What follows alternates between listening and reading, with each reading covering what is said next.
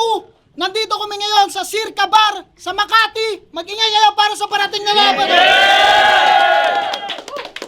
Siyempre maraming salamat. Unang-una, siyempre sa Circa Bar, Pastry Vapors, Crown Manila, Zyper Philippines, siyempre 100% maraming salamat. Dentalica Dental Clinic at Dollar Records, maraming salamat sa inyo lahat. Eto, unang laban ng gabi sa kanan, galing pa ng Montalban, Rizal, mag-ingay para kay Sisik. Sisik Triangulo Mertes. Yun na, sa kaliwa naman, galing pa ng Dasmariñas, Cavite, mag-ingay para kay Choi Fax. Yo, Choi Pak, shoutout 101, tsaka Sophia Lucero. Elise, yeah. Yun na, nagkointos nga pala kami, nanalo si Sisik, pinili niya mauna si Choi Fax. Yeah. Unang bana, Choi Fax, sinag 2, pakinggan natin naman to. Yeah. Alam ko, galing ng bundok itong bugok na kalaban. Nakakabighani pala yung mga naiwang lahi ni Tarzan. Pero Sisik na may 7, ginitna pa nga niyan. Rap name pa lang halatang bobo na litrahan. Pero para sa akin, pahiwatig yung 7 mong pangalan. Dahil pagtapos nitong laban, 7 araw kapag lalamayan. Game! Unang laban na tsambahan yung kalaban, pero yumabang na, aba. Kala ko pag taga-bundok, mabigat yung dinadala, hindi pala. Lubak-lubak yung lalakaran at mag-aantay ka pa mula bundok patungong patag, talagang papantay pa. Gago ka ba? Nilalait mo yung ibang liga kaysa walang pintura. Baboy niyan. Wala daw palitada, palibhasa, bahay nila. Kahoy lang. Galit pa sa gobyerno. Wala ka namang inaambag doon, dong. Mga aktivistang kinakahig at tinataya sarili sa bong ano. Hindi lang aktivista, siya raw ay satanista ang lakas. Lahat na dinidiga, gawa-gawang panirang palabas. Panginoon at Presidente kinalaban ni Ungas, puta. Piling malakas, tila hold up marahas dahil yung gagawin ko dito sabi ng taas, round 1. Halatadong tangakatang inakatatu pa lang. Taon ng kapanganakan, pati pangalan, ano yan? Sisik? Alam ko't alam nilang di kamulat ng ganto. Sisik, patunay yan nahihiluhin ka ng barko, edukado raw siya. Pero dinamay niya yung nanay ng kalaban niyang stroke, wala kang bilang tanga. Pinipreestyle lang yan noon ng mga bata sa laglagan, ikaw pinag-isipan mo pa, o di ba? May freestyle battle ka, ang lalim mo doon, tol, nakakalula. 5 silang kalahok, nung round niya na, bumulong sa katabi, sabi niya, pwede ikaw muna. Kinangina mo, 2 rhymes freestyle, di mo kaya mamen. Tapos kung mag-call out ng mga rapper dito, kala niya ang galing. Hindi ka pandayo kahit taga malayo ka pa, walang dating. Eh di kung gera nga tong laban, pag nagkaubusan ng bala, wala ka nang kayang gawin. Real talk. Panggap na magaling ka sa battle pero walang pang almusal kada hikab. Bago makakuha ng kamote sa bundok, lalabanan niya muna yung mga higanting higad. Dahil siya'y hero ng Rizal. Ang pinakamatinding na kalaban ni Batman. Lalaruin at mamaliitin niya lang daw si Batman, kaya pala bantam. Wait ka pa lang, di ka pa heavy na metal. Sinasakyan pa lang kita, di pa kita pinipidal, alam mo yan. Talaga ba? Yeah. Time, unang banat kay Sisik, pakinggan natin. Napapansin nyo ba sa nagaganap nga na laban? Ako yung singkit dito pero siya yung may chingchong na pangalan. Chinese ka ba? Choy ang puta. Pes suntok agad. Di na kailangan ng warning at alam nyo namang low quality talaga pag galing sa China ang branding kasi tinira niya si Apex sa POI. Sabi niya, pinasikat ka ni Boss Lot sa galingan na kumembot. Nagmarka sa katauhan mo na para bang peklot. Peklot? Why peklot? Kasi galing na kay sinyo yang peklat par. Bobo mo. Tangin ng Chinese to, magnanakaw ng Scar. Boro soul. At kung ireribat mo yan, abadirin par. Di yan papasok sa linya ko na parang sakop lang ng PAR kahit i-check mo sa globe. Yung connection. Para naman, may pabor. Hatiin sa gitna na parang Moises. Hindi. Ecuador! Tangina, wala ka namang laban, dapat hindi na sumali, dude. Yan tuloy pangalan mo sa poster, magmumukhang mapa. Pag nilagyan na ng latitude, di mo yan gets. Kasi di ka nag-aral, outs. Tas ang dahilan niya, tinatamad. Pinost mo yun. Timang ka man. Di man lang sinubukan magsikap. Hibang na yan, kaya wag kang magtataka sa inyong batch. Iwan ka dyan kasi yung pagiging lay. Si Choi, si Nandalan. Kaya kahit usapang multi, itong bakal, hindi ito patawa. Tamod ka pa naman ni Looney, pero aral, hindi mo magawa. Kasi pag tinatawag siya sa klase, para nang nag-end. Life. Kaya dumiskarte na lang daw para masabing hindi siya nag-rest. Sai, ano ba tong matchup mo? Porque nalaman mong future teacher ako, tatapot mo ako sa ayaw mag-aral? Yan na ba iyong mission? Sige, papayag naman ako, Sight, kasama naman yan sa aking vision, pes balik eskwela nitong ugok, nagaganap sa pagtitipon at pagbabayaran mong pumasok ka pa dito. Yan ang magsisilbi na tuition, pero sige, sa kalsada ka na lang. Kung yan lang ang trip, sisibakin na lang itong para sa streets, pero sige, dumiskarte ka na lang. Diyan ay wala namang masama, pero paano ba yan, usapang pag-aaral at diskarte ay pareho kong nagawa? Ano, nakaka-proud ba? Magkaroon ka ng pera para sa kagustuhan o kailangan? Nakaka-proud ba na magkaroon ka ng mga damit na gagamitin mo sa laban? Nakaka-proud ba na di ka na nag-aral dahil lang sa katamaran? Mas nakaka-proud pa rin magkaroon ng diploma na magulang ang inalayan. Sige na. Time, pangalawang banat, Choi Fox. Yo! Di raw nag-aaral. Yo, gago, nag-aaral ako. Bobo ka? Halatang kukulangin to. Pero bago ako makapagtapos, ikaw muna uunahin ko. Tanginan to, bobo. Kamukha mo yung unana sa Batang Quiapo, hype ka. Ikaw yung Shane Michael Cruz na may grupong triangulo. Pinaka-cute pag nakashook, pag ngumiti kita buto. Si Tanggol Dimagi ba? Ito naman Dimagulo. Kakalad ka rin tong krus kahit hindi sinakulo, ano? Kakalad ka rin tong krus kahit hindi sinakulo, ano? Galit to kay Digong at Marcos. Siya'y walang gana. Dahil natanggap nilang ayuda ng pandemic, planggana. Huwag ka mag-alala dahil ngayon kawawa ka. Plakda pa. Kasi pinadalan ka ng suntok galing kay Marcos. May dana! Anong akala mo? Matalino ka porque magiging teacher ka? Sa hangarin mo, di ako tutulbos. Magkakaroon ka ng toga, walang kontra, pero nangongopya pag true or false. Nagtuturo lang piling teacher na? Bakit pa? Eh may mata ka sa kamay, di ka teacher. Asit ka. Tapos nag-entry to sa napakaraming magaling challenge. Yung lyrics, pandiinan. Ang lupit, pang rampa. Pero ang boto ko doon, 2-1, lamang lang ng konti yung tribute ni OG1 kay Santa. Ulul! Gumawa pa to ng love song, pero yung chorus, tigas mag-screaming neto, baon. Ganyan mag-trip pag pinufood trip mo lagi yung shell ng pagong. Sabi niya, dala ko ay apoy, nagbabaga. Woo! Puta, nauhaw ako. Di ba metal ka? Eh di banat mo lang din pala yung tutunaw sa'yo. Sige, ikaw yung shooter, sure ball. Ako yung maaasahan lang sa jump ball. Pero pareho tayong bibitaw kaya alam na nila kung kanino mas waktol. Hinamon ng suntukan sa likod ng camera, hindi pumalag ng atal. Kala ko ba demonyo ka, ba't biglang napadasal? Padimo-demonyo pa, takot pala ipang sugal. Yung demonyong sumasapi na bakla sa personal. Ano na, Shane Michael? Battle rapper na cool kid. Ganto yung tipong tumatambling pag nakakita ng bukid.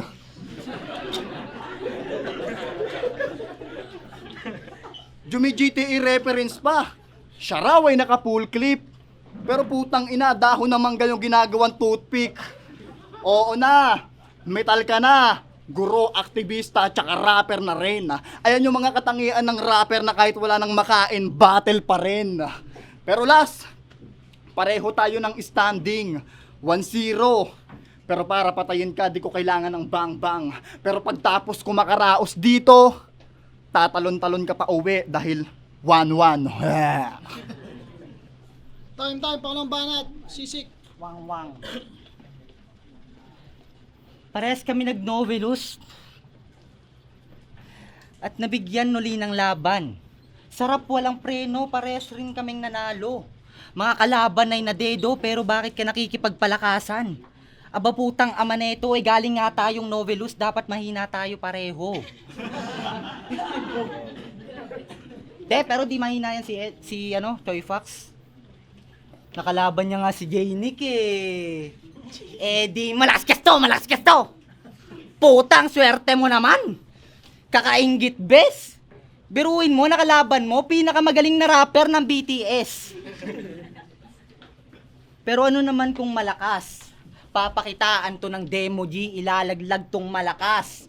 Parang stage 1 versus Nego G, ilalaglag. Wala naman sa tour na. Baka yan gamitin niyang pangharang o laglag. Binanggit ko lang yan para i-bring up yung issue mo sa lag kontra bara. Kasi yung tropa niyang si Cass, dun siya palaging nasabit. Pero nung tumagal na ang tigas, pinagkalat niya na na-addict, real talk. Huwag mo sabihing battle lang par. Putik na yan, ano yun? Kung sa nilatag mong bars, muntik na siyang makulong, kaibigan ka ba talaga? Kaya di na bumatel yung tao, para di mahuli. Kasi based sa kanya, ayos lang na pinagkalat mo na addict, basta safe naman siya. Kaya sa mga sasabihin ko, para ihanda mong matake. Di bagay ang facts sa pangalan mo kasi masyado kang fake. Pagtapos, iwan yung tao, dumikit kay Mot at kay Ram. In-expose na siya gago, itong CF naging FC, feeling close na masyado. Para city ko sa pakinabang at nagnanais makilalang ginto sa inaapakang entablado. At Mick and Chill lang kinapitan at malamang may mga plano pang kupalin ng gago. Dumating man yung araw, nasiraan mo yung dalawa at yung pagiging kupal mo ay maghasik Brad. Tandaan mong kahit sirain mo pangalan nila Mike at Tomas, di mo sila mababaliktad. Alam mong totoo lahat ng to. At sakto mga detalye na nahain. At malamang ibahin niya na naman yung storya. Siyempre wala namang guilty na umaamin, kaya sasabihin yung big fish itong si Gago. Mukhang mali ata kayong napili. Anong big fish? Baka selfish, nanira para sa kapakanan niyang pansarili. Kaya pag-isipan yung mabuti kung tama bang puro papuri iginawad nyo. Ngayon sa katotohanan at imoralidad ng pagkatao ibinabad to para to sa mga tropa mong siniraan. Kinupal at iniwanan mo, wala nang magagawa yung depensa mo, Choy. Facts lahat ng inilatag ko. Walang banat, Choi Fox. Tangina eh, no? Ang lupit ng banat mo, bro. Nantatadtad. Di mo babaliktad si kay Ram tsaka si Tomas? Ikaw na lang yung bumaliktad. Puking ina mo. Game! Game! Yo! Huling ikot na, Mr. Big Fish. Malaking isda ko, no? Big fish, big fish. Walang alam sa laro. Sige, ikaw yung big fish. Ako yung parak mangangamba. Kasa gitara mo dahil tuturo ko yung mga di mo pa nakakanta, big fish. Binabanggit niya yan para magmukhang magaling. Ramdam ko yan kahit na hindi ko naalamin. Nakakadismaya ka tol, balak pa mang aning. Big fish pero bata. Anak ka ng pating, big fish. Pero yung mukha mukhang dikita ng linta. Baka big fish isagot nito pag tinanong kung ano pambansang isda o ano pambansang isda. Di ka makasagot. Di ka makaimik. Dahil nasa harapan mo yung pinakamatinik. Ganun ba yon? Kada battle nito hindi nawawalan ng damay. Feeling perfecto, yan ang epekto kapag iniwan ng tatay. Iniwan pa ng nanay. Pero dapat proud ka kahit yung buhay mo na leche. Dahil hindi ka pinalaglag. Iniwan lang sa ere. Kaya maging matatag ka. Kaya maging matatag ka. Kahit kinalimutan ka bilang anak. Battle natin at pamilya mo pareho kang wasak. Kaya libangan niya tato. Noon pa siya nagbabala kahit anong tato mo yung pag-iwan ng mas tatatak. Ano sakit? Ano sakit? Hindi ko balak gawin to. Ayoko magpakabanubro. Pero binaba ko yung ako para lang pantayan laro mo. Ikaw? Binaba mo ako dito para sa brutal mo na mission. Pero nilinlang ka lang ng sight. Ito ay optical illusion. Ito ay optical illusion. Walang paki sa pamasahe yan. Yan ang binida niyang buo. Tama. Dahil di mo kailangan yan pagkatapos kitang balian ng buto. Mali ka ng kutob. Kung akala mo madadala mo ko sa paramihan ng kulo, ikaw yung batang. Lumaki na madali lang mauto, ako yung batang. Lumaki para sa dikdikan ng bungo. At last, bago matapos tong linya at pakay ko, gusto ko lang ipaalala na hindi ka nababalikan ng tatay mo, walang airpack. Time, walang banat. Sisik. Tangin na round 3 niya, puro pandadamay. Gago, burado yung round 3 mo, yung nanay ko naglalabas sa bahay. Sabay mo to. Akin na. Round 3 game? Nung laban niya sa Gat Bars, yung mga tropa niyang hurado talagang kakaputa. Paanong di ka mananalo sa'yo sila nakapusta, di ba Vicente at Shaboy? Wag na kayong didepensa. At sa mga di naniniwala, nasa bidyong ebidensya, sabi nila, shoutout kay Friends, umurong sa pusta, walang bayag eh. Ha? Tangina, napakakapal ng mukha nyo, tangina, napakatindi. Nagpatulong na sa BS itong walang degree, tangina. Nakakahiya sa nakalaban mong tumodo. Na di pa pala nagsisimula yung laban, dalawa na agad yung siguradong boboto, kaya di ka nanalo bilang SK Kagawad. Magunos dili ka. Di porki natalo ka nung eleksyon, sa battle ka na mamumuliti ka. Oo, tumakbo pa tong si Deputa. But boss, wala ka nga mapakitang diploma. Marcos. Kala ko yes, fit mo eh. Pakitaan mo kami ng mga magandang proyekto. At ito'y tipre dahil di mo malalagay sa iyong credentials ang iyong street cred, ano ba mga plataforma mo. At sigurado ka bang ikay maaasahan? Tapos pag hinanapan ng credentials, sasabihin, finalist po ako ng laglagan, tangina mo? Pero sige, tumakbo ka lang sa linyang, tinatahak mo hassle free, sabi ko itong nag-run. Online, pasabugan ng RPG, war decree. Gusto mo atang gumaya na kay Ferdinand, pero I can see, dahil yung kaya mong i-handle na ML, hindi martial law. Kundi gaya lang nung kay 150, kaya ka sumubok sa politics, kasi wala ka pang talent fee. At walang nagawa ang pagdikit mo kay Lakiram sa yung artistry, majesty, ulul hindi, bugok piste, lubog binte, humihikbe na yan mamaya. Parang mga bata sa Palestine. Alam mo, nakahantungan mo sa pagsipot mo sa Battle G. Sa langit to mapupunta, parang sumakay lang ng rocket ship, warning hit, palang tupar. Pero balang gamit ay ballistic at tanging susi o kill lang gagamitin panakot sa freestyle pro mala master fit. Pero bakit sick? Lang yung kalaban. 5 years na yun sa eksena at grabbing shit. At ako wala pang 1 taon. Naku, grabe yung latency, pero pababagsakin pa rin tong opisyales. Di lang dahil sa gravity. Dahil isa ako sa aktivistang magiging dahilan para buhaya ay ma-extinct, bitch! Time, magingay para sa laban yun.